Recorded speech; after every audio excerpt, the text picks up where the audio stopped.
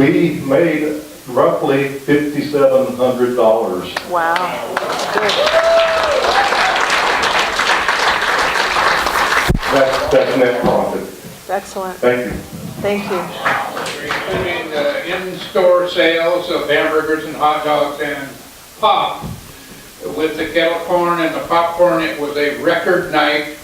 We did, I understand, got over $4,000, which is just awesome for a Thursday night concert in the park. Thank you, President Marilyn. If I have John Morelli come up here, please. $20 bill. No, this is a little late. You've been taking care of that grandson, so we haven't had a chance to reward you for your emceeing at the Taste of Italy. So here's your certificate of appreciation for Unsung Lion of the Month back in, what did we do that, March? March. And Congratulations. My pleasure today to introduce someone who is well known to almost all of us and a friend and neighbor. Dennis Weber was born and raised in Longview, went to R.A. Long, went to the University of Washington, poli-sci 1970, 71, returned here to teach for 35 years, married to Chris, 3 daughters. They're spread out pretty much all over the world. Anyway, one of the things I found about all the great teachers that I had along the way was that they had an insatiable thirst for knowledge. And I think that pretty well describes Dennis Weber. Dennis, it's a pleasure to have you here. It's a pleasure to have you being the rock of the community that you are. And please give Dennis a nice, warm Lions welcome.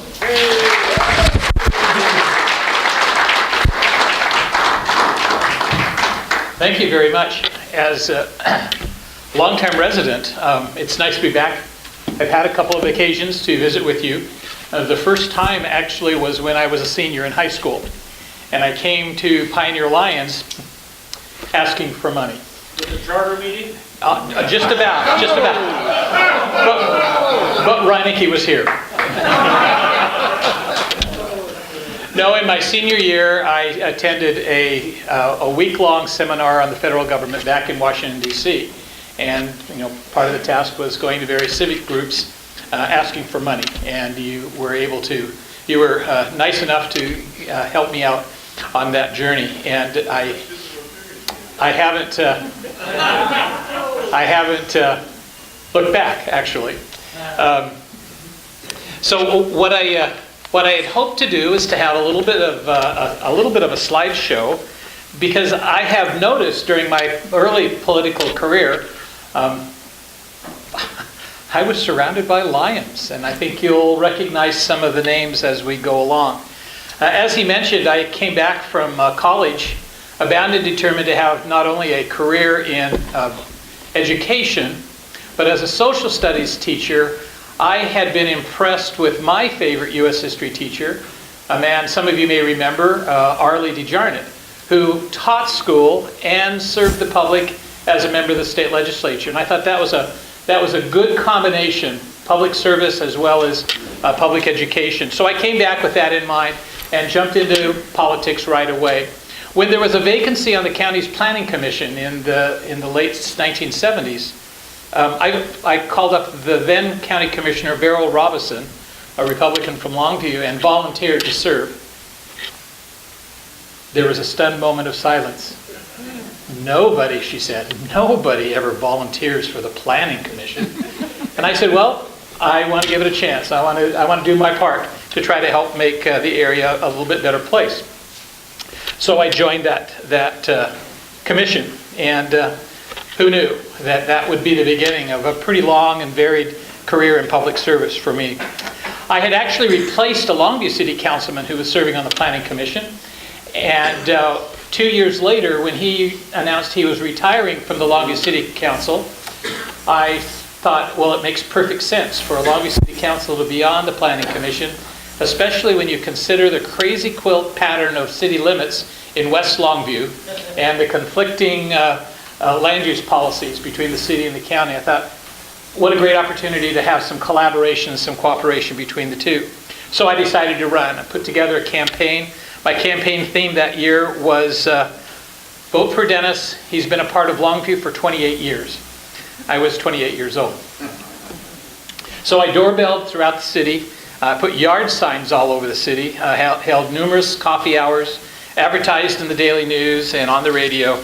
My campaign chairman was a guy by the name of Buzz Ketchum, and he later went on to win elections on his own right, first as Dyking District Commissioner for CD-ID1, and then later on as PUD Commissioner.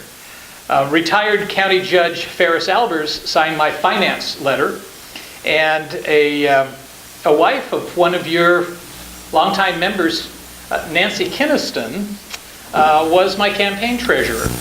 So kind of line influence number one.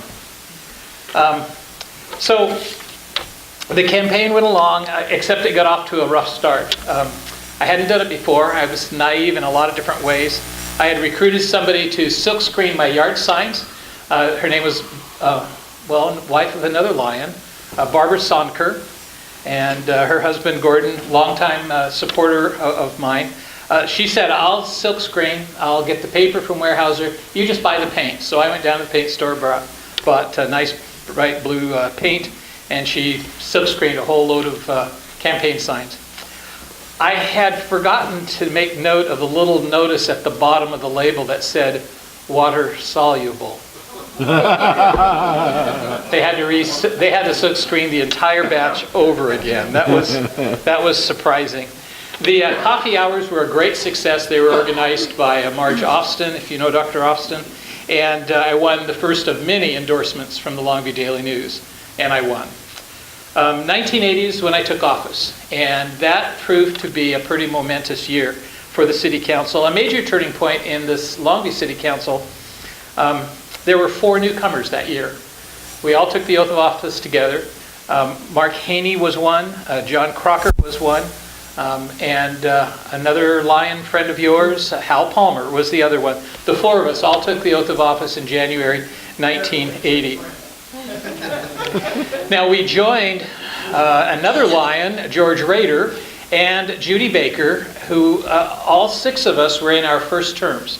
That was unprecedented in Longview's history since 1924, when Longview had its very first city council. That left the one guy, who was the veteran, kind of feeling out of sorts a bit. He did not feel like he was part of the group, but he was the mayor, so he ran the meetings. His name was Jack McCullough, local businessman, some of you may remember. I always thought of him as that quintessential good old boy. He had made his fortune on the waterfront in the log rafting business, and his buddies were in full control of the Longview City Council in the 1970s when he joined. One bit of advice he gave me was to never be in a hurry to make a decision. He said there's always time to get the answers you need to make a good decision. Take the time. So a group of us almost always retired to the lounge at the Monticello Hotel after our council meetings. Time to rest and rewind and replay what we said at the meeting and talk about our experiences, our hopes and our dreams. Particularly Judy Baker, Hal Palmer, and I were the regulars for those first couple of years. Now you might not realize, or you might not remember, but Hal's interest in city government was tied to the fact that in the 1970s, his wife had been a reader for a blind city councilman by the name of Hugh Hill. Anybody remember Hugh? Okay. Judy Baker had become a strong ally of George Rader. They had both won office together as kind of the outsiders at the beginning of this big transformation on the Longview City Council. So long after both Judy and George left the council, this post function, was a very regular part of my political education, and Hal was one of the long-standing members. And as a result, I've always considered Hal to be one of my closest political friends and advisors. And over the years, our vision for Longview unfolded, and I think we made a considerable amount of difference in Longview. Now, there was one interesting perk I want to share with you. All of a sudden, one day after I took the oath of office and became a council member, there was this plain paper envelope that I received in my council packets. No markings on the outside. I opened it up, looked into it, and it was a movie pass. Now, in those days, we had the Columbia Theater, we had the Longview Theater, we had the Drive-In, we had Kelso Theater. Same company owned them all. SRO, anybody remember that company? Mm-hmm. and it was a free movie pass to go to the movies. Didn't have to pay for it. I said, what's this all about? What in the world's going on? A freebie? That I was very uncomfortable with receiving that, and there was a lot of humming and kind of pausing, and finally the word came out. It says, well, the council members started receiving the free movie passes back in the 60s because of cable TV. When cable TV came in, the movie industry felt threatened that people would stop going to the movies. And they said, you can really help us out if you eliminate the admissions tax that raised the price of the movie tickets a little bit. So the council did repeal the admissions tax, and apparently thereafter, the commissioners, or the councilors, all got free movie passes. Well, perhaps I blew the whistle on it by asking the questions, because nobody admitted to ever using them. And we all agreed to stop, to send them back. A few years later, reinstituted the admissions tax, but that was after SRO had faded from the scene. 1980 was another interesting year because not only because of Mount St. Helens, but because of another very significant event in the history of Longview. The City Council proudly received a certificate of completion for the Lake Sacagawea Water Quality Cleanup Project, which was a multi-million-dollar federal grant administered by Mayor McCullough's daughter Robin, who at the time was an administrator for EPA out of the Seattle office. It provided a fresh water source from the Cowlitz River for the lake. The intake being near the water treatment plant at Fisher's Corner. It also included a huge bypass pipe, 8 foot in diameter, that was buried on the lake bank parallel to Kessler Boulevard. That collected all the stormwater runoff from the old west side with all the trees and the leaves and the decayed material. It used to go right into the lake, and now it was intercepted. All that water is taken down to the south end of the lake, where it joins another pipeline that takes the river or the lake water, and combined it goes down another pipeline along Oregon Way underneath that really wide sidewalk to the drainage ditch down at the end of down at Industrial Way. That was the system that was supposed to keep the Cowlitz River or the lake clean and not quite swimmable, but at least. Well, when I was growing up, we were afraid to actually touch the water because it was dark and brown and smelly. So we were glad to see it work. Interestingly, the lake was also dredged, and all the dredged spoils were dumped on this plot of land. It went down a pipeline down Washington Way, and was emptied into the field across Washington Way from the old woodshed restaurant, now called the Regency. And it's now industrial site, Weyerhaeuser owned it. But that was the dredge spoils from Lake Sacagawea. The lake was much cleaner than ever before. In fact, a good lesson about messing with Mother Nature. The water was so clean, the sunlight penetrated to the very bottom of the lake and stimulated the growth of weeds, which had never been able to survive in the dark and dirty and polluted water before. So then we had a weed problem. We actually had to buy a weed-eating machine. Anybody remember? No. The weed-eating machine, and they piled dead, decaying weeds on the lake bank while it dried out. That was just awful, and it was stinky, and it was really uncomfortable. Finally, we got the sterile weed-eating carp to keep the weeds at bay. They're still in the lake, still keeping it relatively under control. But it was interesting. Obviously, people don't have the same kind of feelings about Lake Sacagawea water. Witness the number of people who go swimming at the boat races on the 4th of July. They don't have a choice. Now, for those of you who don't remember Judy Baker, she only served a single term on the city council. She left the city council and devoted her time towards the development of 7th Avenue Park. She went around to the service clubs, and this club was certainly one of them that contributed money for the fields at that softball park. That land was originally owned by Burlington Northern Railroad, part of the original Longview plan that it would be the freight supply depot for much of downtown Longview. That never came about, so it was a vacant lot through all that time. The city offered to buy the land from the railroad. They said, no, you can't afford us. so sue us.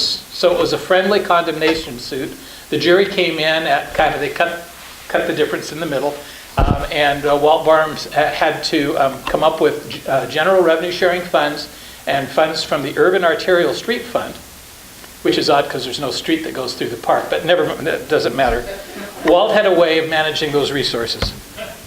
And we bought about half of that available piece of land, built the parks that have the softball elements on it. So really, 7th Avenue Park is due to the efforts of Judy Baker. And we are continue to be in debt to her for that. It was years later that Kaiser Permanente bought the rest of that parcel from the railroad, built their medical clinic on half of it, and the other half they agreed to allow the soccer clubs to build soccer fields on it. And that effort was led by a future Longview City Councilman by the name of Tom Hutchison. And so now we have that complete park that started way back in those days. Now, George Rader was elected mayor when Jack McCullough stepped down, and he took over in 1982. He was a great contributor in a number of different areas. So one of them was a concept called quality circles, which empowered employees to be innovative, to try to think of different ways of delivering community service or public service. We might use the term office lean nowadays. Similar type of things empower the employees to identify what wasn't working well and allow them to go ahead and redesign processes. One of the lasting legacies from the employees' quality circle at City Hall was the impressive display of historic photos that now decorate City Hall. It's a great walk through Longview's history if you've not been there for a long time. One other activity George was responsible for was getting historic designation on the historic buildings in downtown Longview. That whole historic preservation movement started under his leadership. One of the lessons that he's told me and taught me was his attitude towards labor unions. Now, he was a manager at the cable plant, and he said, really, management should always support leadership development of union officers. He said, because effective leadership is effective leadership, and you want a union who agrees to the contract to be able to sell it to their membership. And if they're not very good leaders, you're going to have nothing but turmoil in amongst the union ranks. And I always remembered that there should be that close relationship. It doesn't have to be adversarial completely on negotiations. One of the other things that he was a leader in was in privatizing the garbage collection service. Now, Waste Control picks up the garbage all over town, but that didn't used to be the case. The city used to hire a crew that would lift up the old garbage cans and put them in the old dumpster, the old garbage trucks. What we were beginning to notice was worker comp claims, especially for ruined backs. And finally, the costs were pretty atrocious. And he says, we've got to figure out a different way. And the technology was just coming on to have these automated devices where machines picked up the garbage and dumped them into the trucks. And so we've had that all along. But George said, really, if you're going to privatize a government service, you need to remain faithful to those employees who have only given good service. And if they want to stay with the city, you need to find jobs for them with the family. If they want to go with the new company, that's fine. But we have an obligation to our workers in that instance. And I think that makes a lot of sense. About half the workers went with the Willises with Waste Control. The other half found jobs with the city on that. We had quite a few other exciting events that occurred. I wanted to mention the other interesting major event that you've probably heard of since John is in your club, and that is the relationship between the eruption of Mount St. Helens and the Columbia Theater. There had been plans to destroy that building. The apartments had been abandoned, the storefronts had been abandoned, they were rarely able to fill the seats for showing movies anymore. And the trend was away from single theater facilities to multiplexes, as we now know from our experience over in Kelso. But when they were just about ready to come to the city for the demolition permit, the mountain erupted. And everybody's focus was on how to keep safe from the effects of the eruption. So it wasn't until later that fall of 1980 when the demolition permit came to the city council. And by then, public opposition had been organized. And not just organized, but it was an intimidation factor. I know full well there was a woman by the name of Virginia Rubin. This real gravelly voice. And we felt pretty intimidated. She says, "Don't you dare tear down that theater. That's part of Longview's legacy." And she marshaled the public support to say, "Look, give us an opportunity to save that. We'll put together a program to offer theater productions. We'll do the renovation, save the Columbia Theater." And that was interesting because we, of course, said, "Okay, don't hurt us. We'll cancel the permit." We really didn't say that, but we felt that way. We directed the city manager work out a deal with SRO, and he took some revenue sharing funds. He purchased a gas station, which was at the northwest corner of Washington Way and Commerce. Anybody remember that? Okay. Bought that gas station and exchanged the property with SRO. And that's where they built the fourplex that was in operation until just a few years ago. And then we had title to the theater. And it's been quite the blessing. And we've had so many wonderful programs there. It really is the crown jewel of that arts and entertainment center that has developed in the north end of downtown Longview. I mentioned that I was 28 years old when I started on the city council. I was obviously the youngest city council member. And I had decided I've got to prove myself because everybody is older than I am. And so I volunteered to Mr. Barham. I said, "Look, I would be glad to sit down and go through item by item the entire city budget and get rid of all the waste and overspending and unnecessary expenditures." Now, Walt was a master. He didn't respond negatively at all. He said, "You're the city council member. We'll do whatever it takes to give you the information that you need." He was very diplomatic about it. He secured my own desk. I was the only one other than the mayor who got a desk at City Hall, and he gave me printouts of all of the city budgets. Now, in those days, the printouts had the perforated, remember the perforations along the sides, so it was a lot of massive paper. And I spent hours. I would come in after school, and I would sit there, and I would just go line by line, and I'd cross out, and hours and hours and hours. And I was really excited because after about 6 weeks, I had my list. I had targeted travel and magazine subscriptions and training programs. And I said, "Mr. Barham, I've got it all figured out. Here's my list of savings." It totaled about $25,000. And he was very diplomatic. And he said, "Wow, thank you so much. I appreciate the time, effort, and energy. You do realize that's about 1/10 of 1% of the entire $25 million budget." And I was taken aback. Of course, it was like, yeah, I spent a lot of time for a very insignificant amount. And what he told me, and it was a good learning moment, he said, "Look," he said, "I am more than willing to cut the budget any amount the council wants. You just tell me what you want cut. We'll take care of the details. You shouldn't have to waste your valuable time. The council sets the policy. We implement the policy." Good lesson to remember, and I never did that again. However, that didn't mean I didn't learn and read budgets. I've always done that. The unintended consequence was interesting because the other council members began coming to me for answers to their questions about the budget. I became sort of a budget expert. And when Jack McCullough stepped down as mayor and George was promoted from mayor pro tem to mayor, somebody had to become the mayor pro tem. Now, I had first gone to Mark Haney. How many of you remember Mark? His family owned Longview Bearings, absolutely essential business for the paper industry. And he'd grown up in Longview. He had delivered newspapers as a kid at the apartments around the Columbia Theater. So he had a soft spot in his heart for the Columbia Theater. And he had been on the school board back in the 50s when the decision was made to create a second high school. So here was somebody rich in history and dedication to the community. I said, well, if anybody should be mayor eventually, Mark should have that opportunity. Well, it turns out that right after he was elected to the city council, he got a job offer from Longview Fiber. R.P. Wallenberg said, "We would like you to negotiate our power contracts." He was vice president of power acquisitions or something like that. And he said, Dennis, I simply do not have the time to devote to being mayor or mayor pro tem if need be. He said, I'll support you.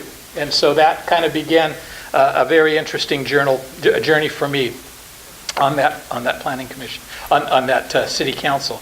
I became a mayor pro tem. Now I mentioned Skip Dunlap as someone who was elected to replace Mayor McCullough when the mayor stepped down. Skip was his council member. He had also been serving on the county's planning commission. So the two of us knew each other from the planning commission. In the early 80s, I was chairman of the planning commission and he was a member. And we both kind of looked at west city limits and said, we've got to do something to make those city limits make sense. We kept running into the same response from people who lived out there.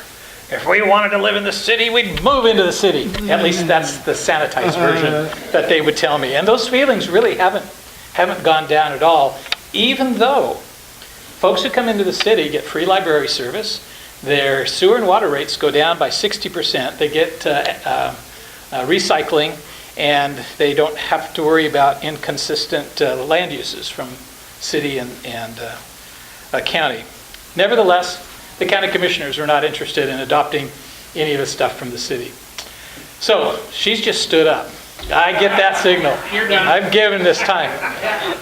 I have to save my Ken Springs story to a different time. 1 minute? It is a delight. I'm just up to 84 and we have a long ways to go, but that's okay. I want to just let you know that the remarks I gave today are a portion of an article that I am preparing for the Cowlitz County Historical Quarterly that will be published, they told me, after the election. So be aware, look at that, a lot more stories about the early days or the 1980s and the Longview City Council. Thank you so much for your attention, and you're not so bad for a bunch of lions.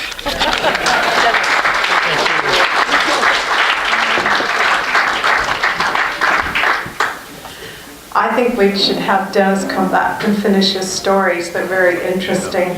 And thank you, Dennis. I hope you have a collection of these lion mugs. And in this mug is a membership app. Do you have any of those? Okay, well, when you decide to come over to our side, there's an app for you. Thank you so much. After all, you replaced George on the county commission. Now you have to replace him.